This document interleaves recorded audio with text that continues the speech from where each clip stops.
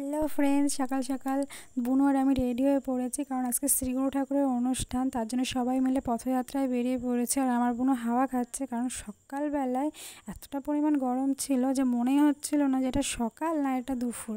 আর এই যে শ্রীগুরু ঠাকুরের গাড়ি বেরিয়ে পড়েছে, আর আমরা পাড়ার সবাই মিলে মেন রোডে চলে এসেছি। দেখো সবাই কি সুন্দর লাল সাদা শাড়ি পরে সুন্দর করে সেজে রেডি হয়ে আছে। সবাইকে খুব মিষ্টি লাগছিল দেখতে। আর তারপর ওখান থেকে জল লজেস সবাইকে দিয়েছিল, কারণ হাঁটাহাঁটি করার পর না সবারই গলা শুকিয়ে গেছিলো। তার জন্য ওখান থেকে জল লজেস দিয়েছিল। হ্যাঁ, এটা ঠিক গরম পড়েছিল, কষ্ট হচ্ছিল, কিন্তু সবাই মিলে এতটা এনজয় করেছি না, খুব এনজয় করেছি। সারাটা রাস্তা ওর এনজয় করতে করতে গেছি, এনজয় করতে করতে এসেছি। আর তারপরে বাড়ি চলে এসেছিলাম। বাড়ি চলে আসার পর না আর ভিডিও করা হয়নি, কারণ সারাটা রাস্তা হাঁটাহাঁটি করে গেছি তো খুব কষ্ট হচ্ছিলো। সন্ধ্যেবেলায় গেছিলাম অনুষ্ঠানে। এই দেখো শ্রীগুরু ঠাকুরের সামনে যে কীর্তন করছে, আর দেখো কত লোক।